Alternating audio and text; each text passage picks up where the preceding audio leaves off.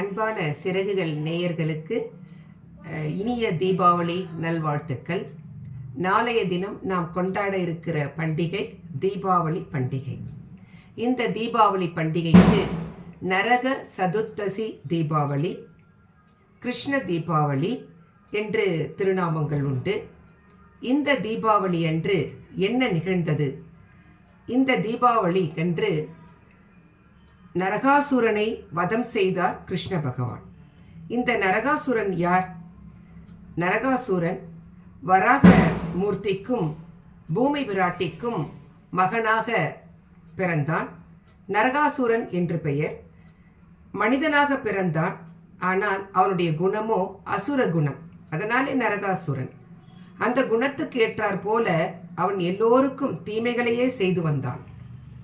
இந்த நரகாசுரன் தவம் செய்து வரம் பெற்றுவிட்டான். தன் தாயை தவிர வேறு யார் கைகளாலும் தான் கொல்லப்படக்கூடாது என்கின்ற வரத்தை வாங்கிவிட்டான். அதற்குண்டான நேரமும் வந்தது. வராகமூர்த்தியே ஸ்ரீ கிருஷ்ணனாக அவதாரம் செய்தார். பூமி பிராட்டியே சத்யபாமாவாக அவதாரம் செய்தால். இவருடைய 2 திருக்கரங்களாலும் நரகாசுரன் வதம் செய்யப்பட்டான். நரகாசுரன் வதம் செய்யப்பட்டவுடன் அவனிடத்திலே சிறைப்பட்டிருந்த 16,100 பெண்களுக்கு சிறை விடுதலை கிடைத்த நாள். அந்த 16,100 பெண்களுக்கும் கிருஷ்ண தரிசனம் கிடைத்த நாள். இந்த 16,100 பெண்களும் கிருஷ்ணனை தன்னுடைய கணவனாக ஏற்றுக்கொள்ளும்படி, தாங்களையே ஏற்றுக்கொள்ளும்படி விண்ணப்பித்த திருநாள். கிருஷ்ணனும் அவர்களுக்கு அனுக்கிரகம் செய்த திருநாள். நரகாசுரன் வதம் செய்யப்பட்டவுடன் என்னதான் இருந்தாலும் தன் பிள்ளை அல்லவா, இந்த பிள்ளை தீமை செய்துவிட்டது. அதனால் அவனுடைய வேண்டுதலுக்கு இணங்க, பூமி பிராட்டியான சத்யபாமாவினுடைய வேண்டுதலுக்கு இணங்க கிருஷ்ண பரமாத்மா ஒரு வரத்தை தந்தார். நரகாசுரன் அழிந்த தினம் இந்த பூலோகத்தில் தங்களுடைய துன்பங்களெல்லாம் தீர்ந்தது என்று எல்லோரும் மகிழ்ந்த திருநாள். இது இப்படியே இருக்க வேண்டும். அதனாலே துன்பங்களெல்லாம் நீங்கி நன்மைகள் பெருகுகிற திருநாளாக எல்லோரும் குளித்து புத்தாடை அணிந்து பட்டாசுகளை வெடித்து இனிப்பு பலகாரங்களை எல்லாம் சாப்பிட்டு மகிழ்ச்சியாக கொண்டாட வேண்டும் என்ற அந்த விண்ணப்பத்தை தான் கிருஷ்ணன் நமக்கு இன்றும் அனுக்கிரகம் செய்து கொண்டிருக்கின்றான். நாளைய தினம் நாம் கொண்டாட இருக்கின்ற இந்த தீபாவளி நரக சதுர்தசி தீபாவளி என்று அழைக்கப்படுவதன் காரணம் இதுதான். கிருஷ்ணன் நமக்கு தீமையை அழித்து நன்மையை கொடுத்த நாள். அதனாலே தான் கிருஷ்ண தீபாவளி என்றும் இது அழைக்கப்படுகின்றது. இந்த தீபாவளி அன்று நாம் செய்யக்கூடிய விஷயங்கள் என்ன அப்படின்னு பார்த்தா, இன்றைய தினம் நம்முடைய இல்லங்களிலே கங்காதேவி நம்முடைய இல்லங்களிலே இருக்கக்கூடிய நீரிலே ஆவாகனம் ஆகின்றார். அதனாலே காலையிலே எழுந்து நாம் நீராட வேண்டும். அதனாலே கங்கா ஸ்நானம் மிகுந்த விசேஷமாக வருகின்ற இந்த பண்டிகையிலே வருகின்ற ஒரு வைபவம். ஏன் கங்கா ஸ்நானம்? கங்கையிலே குளித்தால் பாவங்கள் போய்விடும். எல்லாராலையும் அங்கே போக முடியுமா? அதனாலே கங்கையே இந்த தீபாவளி அன்று நம்முடைய இல்லங்களுக்கு அவளே வந்து விடுகிறாளாம். அதனாலே தைலே லக்ஷ்மி ஜலே கங்கா ஸ்ரீயக்கே சரஸ்வதி என்று சொல்லப்படுகின்ற வடமொழி ஸ்லோகன் மூலம் நாம் அறிவது என்னவென்றால், இந்த தீபாவளி நன்னாளிலே 3 தேவிமார்களும் நம்மிடத்திலே நமக்கு அருள் புரிவதாக ஒரு ஐதீகம். அதனாலே காலையிலே 4 மணியிலிருந்து 6 மணிக்குள்ளாக கங்கா ஸ்நானத்தை நல்லெண்ணெய் வைத்து, நல்லெண்ணெயிலே லக்ஷ்மி வாசம் செய்கிறார். அதனாலே நல்லெண்ணெயை வைத்து கங்கை நீரிலே அந்த நீரிலே நாம் குளித்து, ஸ்ரீயக்கையிலே சரஸ்வதி தேவி வாசம் செய்கிறார். ஆக இந்த 3 விஷயங்களையும் நாம் செய்து ஸ்நானம் செய்து விட்டோம் என்று சொன்னால் 6லிருந்து 7க்குள்ளாக புத்தாடையை அணிந்து கொள்ள நல்ல நேரம். அதை அணிந்து கொண்டு இனிப்பு பலகாரங்களை எல்லாம் படைத்து மற்றவர்களுக்கும் கொடுத்து நாமும் உண்டு மகிழக்கூடிய அற்புத பண்டிகை தான் இந்த தீபாவளி பண்டிகை. இந்த தீபாவளி அன்னைக்கு சாயந்தரம் 6 மணியிலிருந்து 8 மணிக்குள்ளாக லக்ஷ்மி பூஜையும் செய்வதற்கு உகந்த நேரம். ஆனால் வட இந்தியாவிலே பார்த்தீர்களானால் 5 நாட்கள் தீபாவளி கொண்டாடுவார்கள். முதல் நாள் தீபாவளி ஐப்பசி மாதத்திலே வருகிற தேய்பிறை திரையோதசி, அதாவது 13வது நாள் தேய்பிறையில். அந்த திரையோதசி அன்னைக்கு முதல் தீபாவளி. அந்த தீபாவளிக்கு தாந்தரேஸ் தீபாவளி, தன்வந்திரி தீபாவளி, தன தீபாவளி என்றும் அதற்கு பெயர் உண்டு. தன திரையோதசி தீபாவளி ஏன்னா அன்றைக்கு தனம் அருளக்கூடிய ஒரு நாள். அதனாலே நம்ம வீடுகளில் தனத்தை, தங்கத்தை வாங்கி வைக்கலாம், பணம் எது இருந்தால் அதை வாங்கி கொண்டு வந்து வைக்கலாம். இப்படி அந்த தன தீபாவளி, தன திரையோதசி தீபாவளி. தன்வந்திரி தீபாவளி என்று ஏன் சொல்லப்படுகிறது? பார்க்கடலை கடைந்த பொழுது அதிலே நிறைய ஐஸ்வர்யங்கள் வெளிப்பட்டன. அதிலே தன்வந்திரி பகவானும் அமிர்த கலசத்தை ஏந்தி வந்தாராம். மருத்துவ கடவுள் அல்லவா அவர். அதனாலே நம் உள்ளத்தில் இருக்கக்கூடிய நோய் நீங்க பெறுவதற்கு முன்பாகவே அவதாரம் செய்த திருநாள். அதனாலே இந்த திருநாள் தன்வந்திரி தீபாவளி என்றும் சொல்லப்படுகிறது. 2வது நாள் இதோ நாம் நாளைக்கு கொண்டாட போகிறோமே, சோட்டி தீபாவளி, அதாவது சிறிய தீபாவளி என்று சொல்லுகிறார்கள். கிருஷ்ண தீபாவளி, நரக சதுர்த்தசி தீபாவளி என்று கொண்டாடப்படுகின்ற அற்புத திருநாள். இந்த வரலாற்றை நாம் முன்பே பார்த்து விட்டோம். 3வது நாள் கொண்டாடப்படுகின்ற தீபாவளிக்கு ராம தீபாவளி, லக்ஷ்மி தீபாவளி, கேதார கௌரி தீபாவளி என்று 3 திருநாமங்கள் உண்டு. இதிலே லக்ஷ்மி தீபாவளி என்று ஏன் சொல்லுகிறோம் என்றால், அன்று பார்க்கடலை கடைந்த தினம் அல்லவா, நிறைய ஐஸ்வர்யங்கள் வெளிவந்தது. அதிலே குறிப்பாக முக்கியமாக செவ்வாய்க்கிழமை என்று நிகழ்ந்தது இந்த வைபவம். அதிலே லக்ஷ்மியும் ஆவிர்பவித்தால்.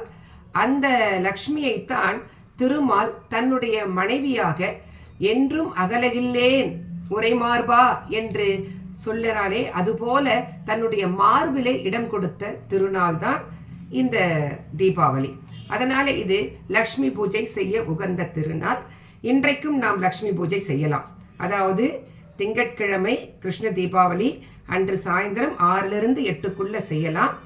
அது மட்டுமல்ல, மறுநாள் அந்த தீபாவளியையும் அன்றைக்கும் நாம் லக்ஷ்மி தீபாவளி, லக்ஷ்மி பூஜையை கொண்டாடலாம். ராம தீபாவளி என்று ஏன் திருநாமம்? 14 வருடங்கள் வனவாசம் முடிந்து ராவணனை வதம் செய்து சீதா பிராட்டியோடு அயோத்திக்கு எழுந்தருளின திருநாள். அதுவரைக்கும் அயோத்தி மக்கள் எல்லாம் ராமபிரான் இல்லையே, சீதா பிராட்டி இல்லையே, சோபை இழந்து இருந்தார்களாம்.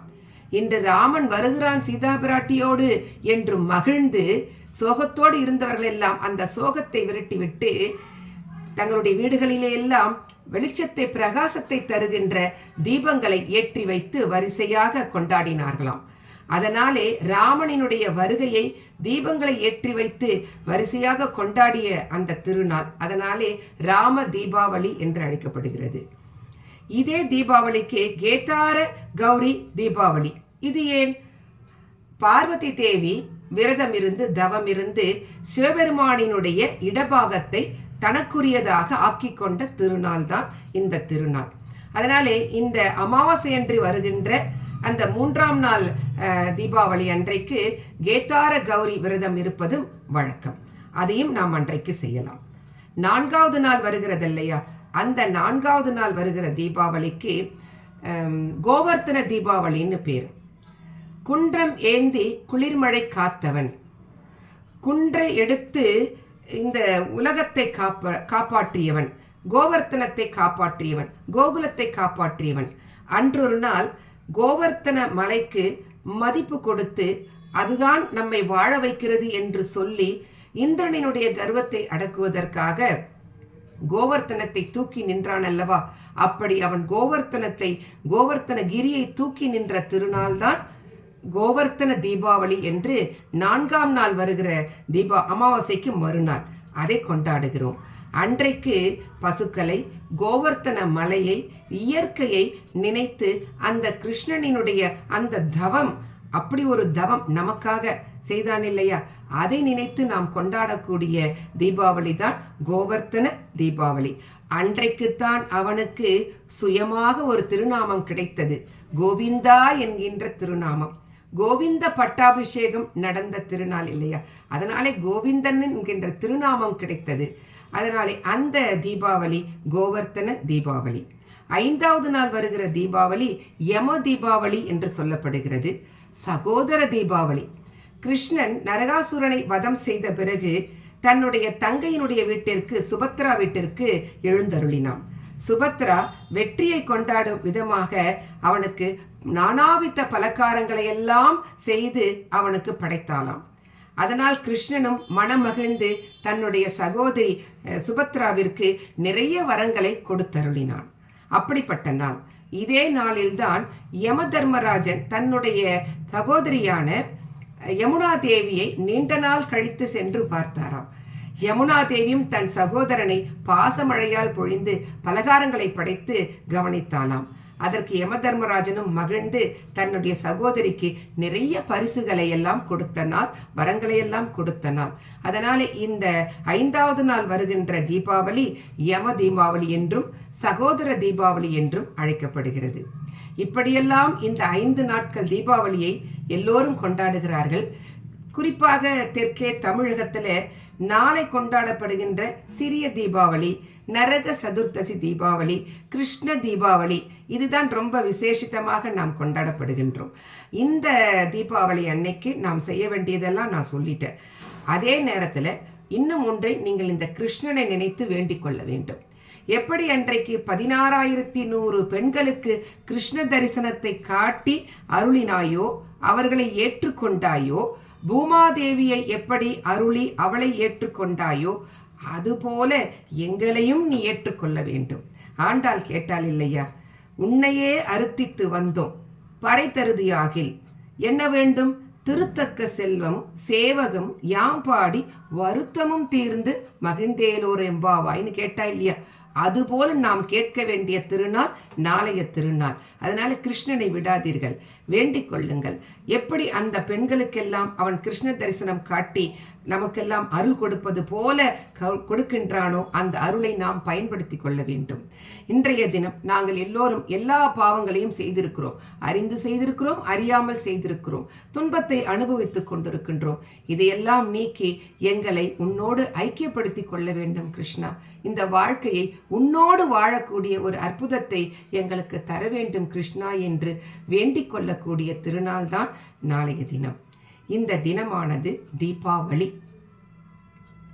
இருள் மறைந்து ஒளி வெற்றி பெற்ற திருநாள். அறியாமை மறைந்து அறிவு வெற்றி பெற்ற திருநாள். தீமைகளெல்லாம் அகன்று நன்மை வெற்றி பெற்ற திருநாள்.